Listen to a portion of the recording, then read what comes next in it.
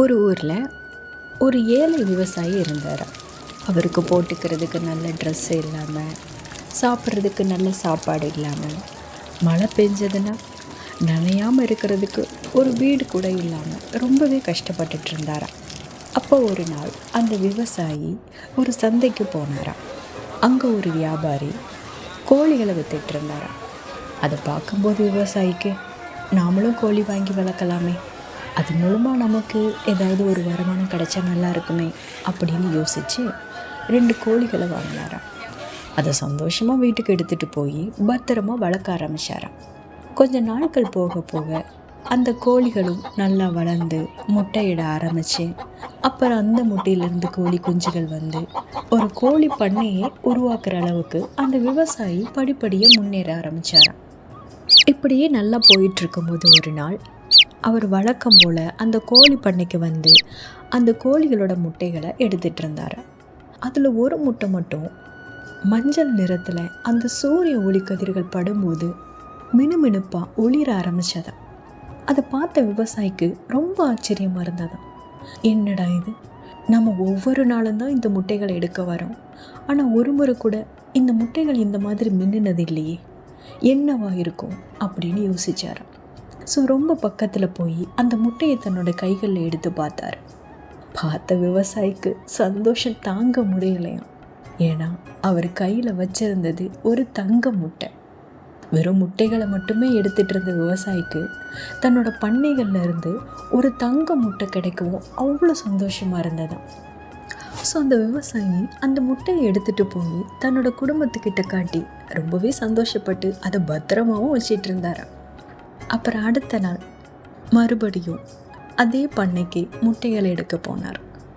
ஆனால் அன்னைக்கும் அதே மாதிரியான ஒரு தங்க முட்டை அங்கே இருக்கிறத பார்த்தார். அப்போ விவசாயிக்கு, ஓ, இன்றைக்கும் நமக்கு தங்க முட்டை கிடச்சிருக்கா அப்படின்னு ரொம்பவே சந்தோஷப்பட்டார். ஸோ இந்த முறை விவசாயி அந்த தங்க முட்டையை பத்திரமா பாதுகாக்காமல் அதை சந்தைக்கு எடுத்துகிட்டு போய் அதை விற்று காசாக்கி தனக்கு தேவையான விஷயங்களை பண்ணிக்கிட்டார். புது ட்ரெஸ் வாங்கிறது, நல்ல சாப்பாடு சாப்பிட்றது, குடும்பத்துக்கு தேவையானதை செய்கிறது அப்படின்னு தனக்கு தேவையான விஷயங்களை பண்ணிக்கிட்டு இருந்தார். ஸோ இப்படி விவசாயி தினமும் காலையில் பண்ணைக்கு போகிறதும், அங்கே முட்டைகளை கலெக்ட் பண்ணுறதும், அங்கே ஒரு தங்க முட்டையும் கிடைக்கிறதும், அதை விற்று தனக்கு தேவையானதை பண்ணுறதும் ஒரு வழக்கமான ஒரு விஷயமாகவே அவரோட வாழ்க்கையில் மாற ஆரம்பித்ததான். ஸோ நாட்கள் ஓட ஓட விவசாயியும் பண்ணக்காரராக இருந்து மாடி வீட்டுக்காரராக மாறினாராம். இப்போ அவருக்கு தனியாக புது பைக்கு, காரு, வீடுன்னு ரொம்ப செல்வந்தராக மாறினாராம். இப்படி எல்லாம் நல்லா போயிட்டுருக்கும்போது ஒரு நாள் அந்த விவசாயியோட மனசில் ஒரு குட்டி கெட்ட எண்ணம் உருவாக ஆரம்பித்தது. அதாவது அவரோட பண்ணையில் டெய்லி ஒரே ஒரு தங்க முட்டை தான் அவருக்கு கிடைக்கிது. அந்த தங்க முட்டையிடுற கோழியை கண்டுபிடிச்சி அதோட வயிற்றை கிழிச்சோம்னா மொத்த தங்க முட்டையும் ஒரே நாளில் கிடைக்குமே அப்படிங்கிற பேராசை மனசில் வந்துதான். ஸோ விவசாயியும் அந்த பேராசையில் எதை பற்றியும் யோசிக்காமல் அந்த தங்க முட்டையிடுற கோழியை கண்டுபிடிக்க முயற்சி பண்ணார். ஒரு நாள் அந்த தங்க முட்டையிடுற கோழியவும் அவர் கண்டுபிடிச்சார்.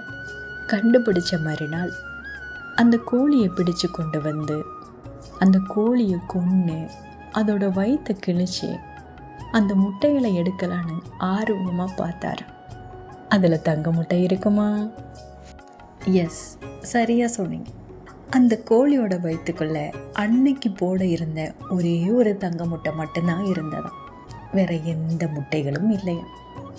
அதை பார்த்த விவசாயி, ஐயோ அவசரப்பட்டுட்டேனே, இந்த கோழியை உயிரோட வச்சுருந்தா டெய்லி எனக்கு ஒரு தங்க முட்டை கிடச்சிருக்குமே, இப்போ அவசரப்பட்டு கொன்று எனக்கு ஒரு முட்டையும் இல்லாமல் போச்சே அப்படின்னு சோகமாக உட்காந்து அழ ஆரம்பித்தாரன். இந்த கதையிலேருந்து நீங்கள் என்ன தெரிஞ்சுக்கிறீங்க குழந்தைங்களா? எப்பவும் பேராசைப்படக்கூடாது. நம்மக்கிட்ட என்ன இருக்கோ அதில் இருக்கிற சந்தோஷத்தை பார்க்க எப்பவும் மறக்கக்கூடாது. அவசரப்பட்டு எந்த முடிவும் எடுக்கக்கூடாது. சரியா?